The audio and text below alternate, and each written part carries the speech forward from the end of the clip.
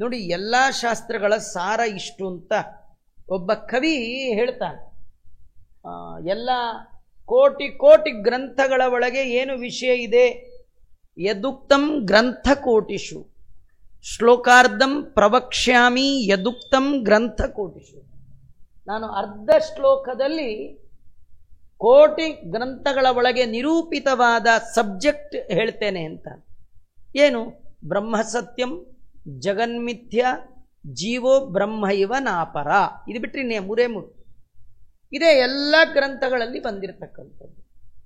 ಈ ವಿಷಯವನ್ನ ಪ್ರತಿಪಾದನೆ ಮಾಡುವ ಪಾದದಿಂದ ಯುಕ್ತವಾದ ಲಕ್ಷ ಗ್ರಂಥಕ್ಕೆ ಆಚಾರ್ಯರು ಕೊಟ್ಟ ಒಂದೇ ಒಂದು ಉತ್ತರ, ವಾಕ್ಯೇ ನೈಕೇನ ಅಕ್ಷಿಪದ್ಹರ್ಷ ತೀರ್ಥ.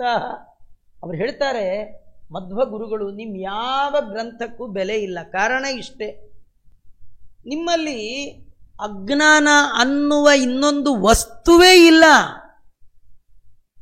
ಈಗ ನಿಮ್ಮಲ್ಲೇನು ಬ್ರಹ್ಮ ಒಂದೇ ಸತ್ಯ, ಉಳಿದದ್ದು ಇನ್ನೊಂದು ಯಾವ್ದಾದ್ರು ಸತ್ಯ ಇದೆಯಾ ಅಂದ್ರೆ ಇಲ್ಲ, ಎಲ್ಲ ಸುಳ್ಳೇ.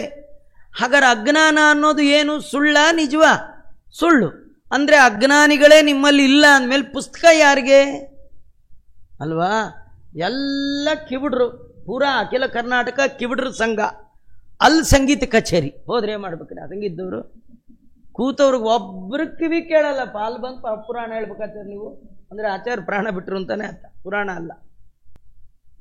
ಹೇಗೆ ಪ್ರಯೋಜನ ಇಲ್ವೋ ಹಾಗೆ ನಿಮ್ಮಲ್ಲಿ ಬ್ರಹ್ಮ ಒಬ್ಬನೇ ಸತ್ಯ, ಉಳಿದದ್ದೆಲ್ಲ ಸುಳ್ಳು ಅಂದ ಮೇಲೆ ಅಜ್ಞಾನ ಅನ್ನೋದು ಏನಾಯಿತು? ಸುಳ್ಳಾಯಿತು. ಯಾರು ನಿಮ್ಮಲ್ಲಿ ಅಜ್ಞಾನಿಗಳಿಲ್ಲ, ಇರೋರೆಲ್ಲ ಬ್ರಹ್ಮನೇ. ಬ್ರಹ್ಮನಿಗೆ ಅಜ್ಞಾನ ಇಲ್ಲ. ಮತ್ತು ಈ ಪುಸ್ತಕ ಯಾರಿಗೆ? ಇಷ್ಟು ಗ್ರಂಥ ಯಾರಿಗೆ? ಅಜ್ಞಾನ ಅಸಂಭವಾದೇವ ತನ್ಮತಂ ಅಖಿಲಂ ಅಪಾಕೃತಂ ಅಂತ. ಹಾಗೆ ಅವರು ಒಂದೇ ವಾಕ್ಯದಿಂದ ಸಪಾದಂತು ಲಕ್ಷಂ, 1.25 ಲಕ್ಷ ಗ್ರಂಥವನ್ನು ಆಚಾರ್ಯರು ಖಂಡಿಸಿದ್ದಾರೆ. ಅವರ ಆ ವ್ಯಾಖ್ಯಾನದ ಶೈಲಿ, ಅವರ ಪಾಠದ ಶೈಲಿ, ಅವರ ಪ್ರವಚನ ಶೈಲಿ, ಅವರು ಒಂದು ಸಭೆಯಲ್ಲಿ ಬಂದು ಕೂತ್ರೆ ಜನಕ್ಕೆ ಕನ್ಫ್ಯೂಷನ್ ಆಗ್ತಿತ್ತಂತೆ. ಇವರು ವೇದವೇ ಮೂರ್ತಿಮತ್ತಾಗಿ ಬಂದಿದ್ದಾರೋ ಅಥವಾ ಅಪರ ವೇದವ್ಯಾಸ ದೇವರು ಅಂತ ಜನಗಳಿಗೆ ಅನ್ನಿಸ್ಬೇಕು. ವೇದವ್ಯಾಸೋನ್ವೇಷ ವೇದೋನು ಮೂರ್ತೋ ದಿವ್ಯಾಮೂರ್ತಿರ್ಯಸ್ಯ ಸಾ ಸುಸ್ಮಿತಸ್ಯ.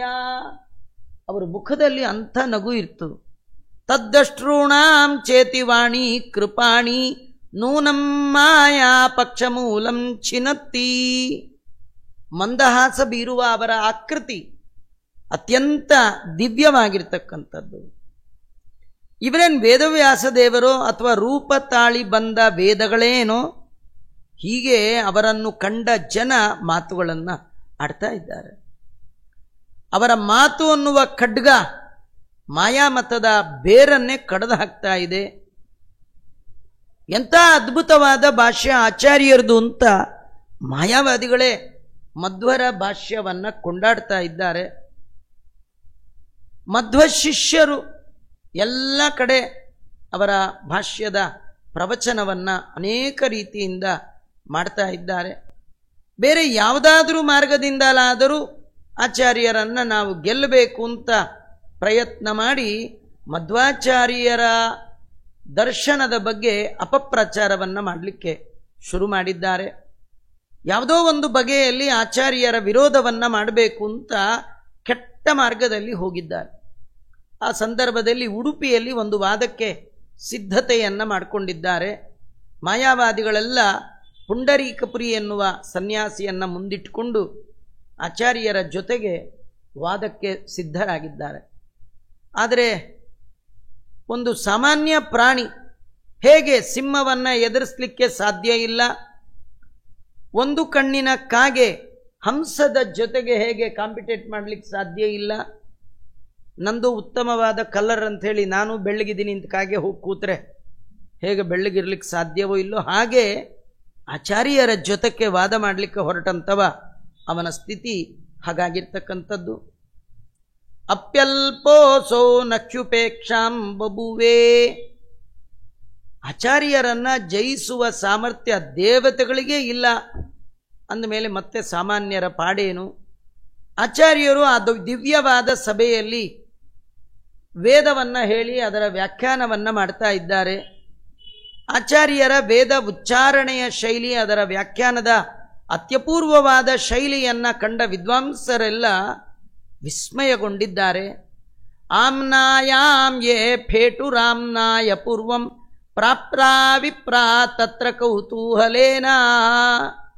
ಮಧ್ವಗುರುಗಳು ವೇದವನ್ನು ಹೇಳ್ತಾ ಇದ್ರೆ ಎಲ್ಲಿಯೂ ಕೂಡ ಪಾಠದ ವ್ಯತ್ಯಾಸ ಬರಬಾರದು. ಅವರು ವೇದವನ್ನು ಪಠಿಸುವ ಕ್ರಮ, ಅನೇಕ ಸಂಖ್ಯಾಕರಾದಂತಹ ಜನ ಆಚಾರ್ಯರು ಹೇಳುವ ವೇದವನ್ನು ಕೇಳಲಿಕ್ಕೆ ಸೇರ್ತಿದ್ರು. ಅಲ್ಲಿ ಸುತ್ತಲೂ ಇರುವಂತಹ ವೇದ ಪಂಡಿತರನ್ನ ಆಚಾರ್ಯರು ಗಮನಿಸ್ತಾ ಇದ್ದಾರೆ. ಆಗ ವೇದ ಹೇಳಿ ವೇದಕ್ಕೆ ವ್ಯಾಖ್ಯಾನವನ್ನು ಮಾಡಲಿಕ್ಕೆ ಹೋದಾಗ ಅಲ್ಲಿದ್ದಂಥ ಎಲ್ಲರಿಗೆ ಅನ್ನಿಸ್ತಾ ಇದೆ, ಇವರು ಖಂಡಿತ ವೇದವ್ಯಾಸ ದೇವರೇ ಇವರಲ್ಲಿ ನಿಂತು ಈ ಅದ್ಭುತವಾದ ಅರ್ಥವನ್ನು ನಡೆಸ್ತಾ ಇದ್ದಾರೆ. ಕೆಲವರಿಗೆ ಆಚಾರ್ಯರು ಕೃಷ್ಣನಂತೆ ಕಂಡಿದ್ದಾರೆ. ಮಧ್ವರ ವಾಣಿಯ ವೈಭವ ಪಂಡಿತಾಚಾರ್ಯರು ವರ್ಣನೆ ಮಾಡ್ತಾ, ಮಾಂಗಲ್ಯಾಂಗ ವ್ಯಕ್ತಭಾವ ತ್ರಿಲೋಕಿ ರಂಗಾರೂಢ ವಿಸ್ಮಯಂ ಪ್ರಾಪಯಂತಿ ಕೃಷ್ಣೇವಾನ್ಯ ಮಾನ್ಯ ವಿನ್ಯಾಸಪಾದ ರೇಜೆ ಮಾಧ್ವಿ ಸುಸ್ವರ ವೇದವಾಣಿ. ತನ್ನ ಮಂಗಲಕರವಾದ ಅಂಗಗಳಿಂದ ಭಾವವನ್ನು ಅಭಿವ್ಯಕ್ತಿಗೊಳಿಸುವಂತಹ ಮತ್ತು ಮೂರು ಲೋಕಕ್ಕೆ ಆಶ್ಚರ್ಯವನ್ನೇ ಉಂಟು ಮಾಡುವಂತಹ ಒಳ್ಳೆ ಸ್ವರ ವಿಶೇಷದಿಂದ ಕೂಡಿರುವಂತಹ ಋಗ್ವೇದದ ಪಾದಗಳು. ಮಧ್ವಾಚಾರ್ಯರ ಆ ಮಾತು, ವಾಣಿ, ವೇದವಾಣಿ ಹೇಗಿದೆ ಅಂದರೆ ಕೃಷ್ಣೇವಾನ್ಯೇ, ಕೃಷ್ಣ ಅಂದರೆ ದ್ರೌಪದಿ, ವೇದವಾಣಿ, ಆ ವೇದವಾಣಿ ಮತ್ತೊಬ್ಬ ದ್ರೌಪದಿಯಂತೆ ಆಚಾರ್ಯರ ಬಾಯಲ್ಲಿ ಕಂಗೊಳಿಸ್ತಾ ಇದ್ದಾಳೆ. ಅವರ ವೇದೋಚ್ಚಾರಣೆ ಆದರ್ಶ. ಮೊದಲು ವೇದ ವ್ಯಾಖ್ಯಾನ, ಆಮೇಲೆ ವೇದ ಮಂತ್ರಗಳ ಪಠನೆಯನ್ನು ಹೇಗೆ ಮಾಡಬೇಕು ಅಂತ ಆಚಾರ್ಯರು ತೋರಿಸ್ಕೊಡ್ತಾ ಇದ್ದಾರೆ. ಗಾಂಭೀರ್ಯಾದ್ಯಯುಕ್ತ ಮೌದಾರ್ಯ ಕಾರ್ಯೈ ನಾನಾನಾದ ಶ್ಲಾಘ್ಯಮುಚ್ಚಾರಣಂತತ್ ಶಿಕ್ಷಾ ಶಿಕ್ಷಾ ಶಿಕ್ಷಾ ಲಕ್ಷಣಾನಾಂ ಹಿ ಲಕ್ಷ್ಯಂ ಮಾನ್ಯಂ ಮನ್ಯೇ ಧನ್ಯ ಬುದ್ಧೇರ ತುಲ್ಯಂ. ಅವರ ಗಾಂಭೀರ್ಯದಿಂದ ಕೂಡಿರ್ತಕ್ಕಂಥ ಮುಖಮುದ್ರೆ, ನಾನಾ ವಿಧವಾದ ನಾದ ವಿಶೇಷಗಳಿಂದ ಪ್ರಶಂಸನೀಯವಾದಂತಹ ಶಿಕ್ಷಾಶಾಸ್ತ್ರದಲ್ಲಿ ವಿಹಿತವಾಗಿ ಲಕ್ಷಣಗಳಿಗೆ ಒಂದು ನಿರ್ದೇಶನ, ಹೇಗೆ ವೇದವನ್ನು ಹೇಳಬೇಕು ನೋಡಿ ಕಲೀರಿ ಅಂತ ತೋರಿಸ್ಲಿಕ್ಕೆ ಆಚಾರ್ಯರನ್ನು ತೋರಿಸ್ಬೇಕಂತ. ಹನುಮಂತ ದೇವರ ಬಗ್ಗೆ ನಾವು ಹೇಳುವಾಗ ಕೇಳ್ತೇವೆ, ಯೇ ಯೇ ಗುಣ ನಾಮ ಜಗತ್ ಪ್ರಸಿದ್ಧ ಯಂತೆ ಶುತೆ ಶುಷ್ಮ ನಿದರ್ಶಯಂತಿ. ಒಳ್ಳೆ ವೇದ ಹೇಳೋರು ಯಾರಿದ್ದಾರೆ? ಆಚಾರ್ಯರ ಹೀಗೆ ಹೇಳಬೇಕು. ಆ ರೀತಿ ಹೇಳ್ತಾ ಒಂದು ವೇದವನ್ನು ಹೇಳಿದ ಮೇಲೆ ಅಂಗಗಳಿಂದ ಯುಕ್ತವಾದ ಆ ವೇದಕ್ಕೆ ವಿಶೇಷವಾದ ವ್ಯಾಖ್ಯಾನ ಮಾಡುವಂಥದ್ದು. ಅವರ ವ್ಯಾಖ್ಯಾನ ಮತ್ತೊಬ್ಬರಿಗೆ ವರ್ಣನೆ ಮಾಡಲಿಕ್ಕೂ ಸಾಧ್ಯ ಇಲ್ಲ, ಅಷ್ಟು ಉತ್ತಮವಾದ ಕ್ರಮದಲ್ಲಿ ಮಾಡಿರ್ತಕ್ಕಂಥದ್ದು.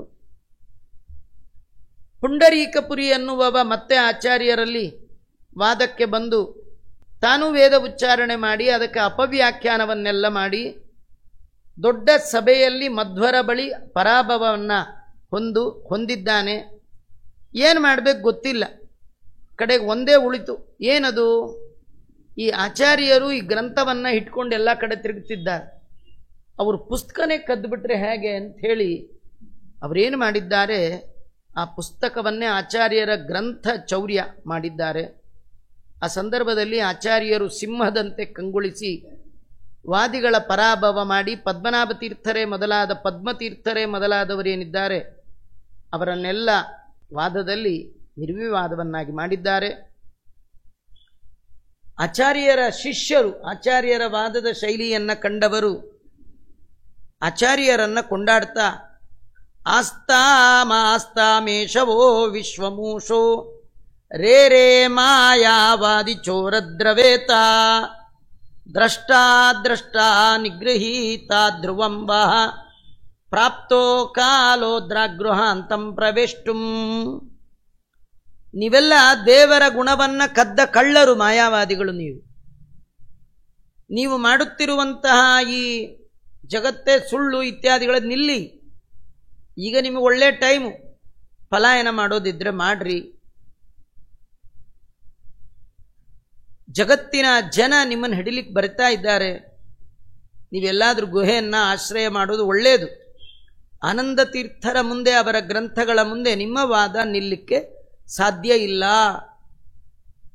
ಹೀಗೆಲ್ಲ ಹೇಳ್ತಾ, ಆಚಾರ್ಯರ ದರ್ಶನ ಸೂರ್ಯೋದಯದಂತೆ. ಸೂರ್ಯೋದಯ ಆದಮೇಲೆ ಹೇಗೆ ಕತ್ತಲು ಇರಲಿಕ್ಕೆ ಸಾಧ್ಯವೇ ಇಲ್ವೋ ಹಾಗೆ ಅಜ್ಞಾನ ಇರಲಿಕ್ಕೆ ಸಾಧ್ಯ ಇಲ್ಲ. ಅದರಿಂದ ಅಜ್ಞಾನವನ್ನೇ ಪ್ರಬಲವನ್ನಾಗಿ ಮಾಡಿಕೊಂಡವರು ನೀವು. ಆಚಾರ್ಯರು ನರಸಿಂಹನಂತೆ ಶೂರರು ಅಂತ ನರಸಿಂಹದೇವರ ಅವತಾರದ ಜೊತೆಗೆ ಆಚಾರ್ಯರನ್ನು ಕೊಂಡಾಡ್ತಾ ಇದ್ದಾರೆ. ಅನೇಕ ದೇವತೆಗಳ ಜೊತೆಗೆ ಅವರನ್ನು ಕೊಂಡಾಡ್ತಾ ಇದ್ದಾರೆ. ಹೇಗೆ ಭಗವಂತನ ಕೈಯಲ್ಲಿ ಶಂಖಚಕ್ರ ಇದೆಯೋ ಹಾಗೆ ಆಚಾರ್ಯರ ಕೈಯಲ್ಲಿ ವೇದವೃಕ್ಷ ಅನ್ನುವ ಸುದರ್ಶನ ಅದನ್ನು ಹಿಡಿದಿದ್ದಾರೆ. ಬ್ರಹ್ಮತರ್ಕ ಅನ್ನುವ ಪಾಂಚಜನ್ಯವನ್ನು ಹಿಡಿದಿದ್ದಾರೆ. ಭಾಗವತ ಅನ್ನುವಂತಹ ಕೌಮುದುಕಿ ಶಂಖವನ್ನು ಧಾರಣೆ ಮಾಡಿದ್ದಾರೆ. ಬ್ರಹ್ಮಸೂತ್ರಗಳು ಅನ್ನುವ ಬಾಣಗಳಿದೆ. ಮಹಾಭಾರತ, ಮೂಲ ರಾಮಾಯಣ ಅನ್ನುವ ಖಡ್ಗವನ್ನು ಹಿಡಿದಿದ್ದಾರೆ. ಇಂತಹ ಮಧ್ವನಾರಾಯಣರು ಬರ್ತಾ ಇದ್ದಾರೆ, ನೀವೆಲ್ಲ ಪಲಾಯನ ಮಾಡ್ರಿ ಅಂತ.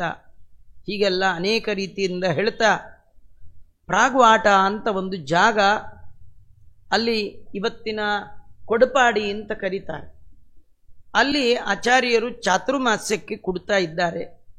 ಇತಿ ನಿಗದಿತಿ ಮಾಯಾವಾದಿ ವಿದ್ವೇಷ ವೇಷೇ ಶುಭಜನಿನಿ ಕರೆ ಸ್ವರಾಮತೋಸ್ಮಾತ್ ಪ್ರಯಾತಃ ನ್ಯವಸದಮರದಿಷ್ಣೆ ಪ್ರಾಗ್ರ್ಯವಾಟಾಭಿಧಾನಿ ಗುರುಮತಿರಭಿನಂದನ್ ದೇವಮಾನಂದಮೂರ್ತಿಂ. ಹೀಗೆ ಅನೇಕ ಜನ ಹೇಳುವ ಸಂದರ್ಭದಲ್ಲಿ ಆಚಾರ್ಯರು ಕಾವು ಅನ್ನುವ ಗ್ರಾಮದಿಂದ ತೆರಳಿ ಪ್ರಾಗ್ರ್ಯವಾಟ ಅನ್ನುವಂತಹ ಹೆಸರಿನ ದೇವಾಲಯಕ್ಕೆ ಬಂದಿದ್ದಾರೆ. ಅಲ್ಲಿ ಜನಾರ್ದನ ರೂಪಿ ಪರಮಾತ್ಮ, ಇವತ್ತಿನ ಪುತ್ತೂರು ಏನಿದೆ ಅದರಿಂದ ಸಮೀಪದಲ್ಲಿರ್ತಕ್ಕಂಥದ್ದು ಈ ಕೊಡಪಾಡಿ. ಅಲ್ಲಿ ಜನಾರ್ದನ ಮೂರ್ತಿನ ದೇವಸ್ಥಾನ ಇದೆ. ಹಿಂದೆ ಒಂದು ಸುಂದರವಾದ ತಟಾಕ, ಅದು ಮಧ್ವಾಚಾರ್ಯರು ನಿರ್ಮಾಣ ಮಾಡಿದ್ದು ಅಂತ ಹೇಳಿ ಸಕಲ ರೋಗ ಪರಿಹಾರ ಮಾಡತಕ್ಕಂಥದ್ದು. ದಂಡತೀರ್ಥ ಅನ್ನುವ ಇನ್ನೊಂದು ತೀರ್ಥವು ಅಲ್ಲಿರ್ತಕ್ಕಂಥದ್ದು. ಇಂತಹ ಸ್ಥಳದಲ್ಲಿ ಆಚಾರ್ಯರು ಚಾತುರ್ಮಾಸ್ಯಕ್ಕೆ ಕೂತ್ರಂತೆ. ಆಚಾರ್ಯರ ಮಹಿಮೆಯನ್ನು ಪಂಡಿತಾಚಾರ್ಯರು 16 ಸರ್ಗಗಳಲ್ಲಿ ಕೊಂಡಾಡಿದ್ದಾರೆ. ಆಚಾರ್ಯರ ಪಾದಾರವಿಂದಕ್ಕೆ ಅರ್ಪಣೆ ಮಾಡೋಣ ಅಂತ ಹೇಳ್ತಾ ಶ್ರೀಕೃಷ್ಣ ಅರ್ಪಣಮಸ್ತು.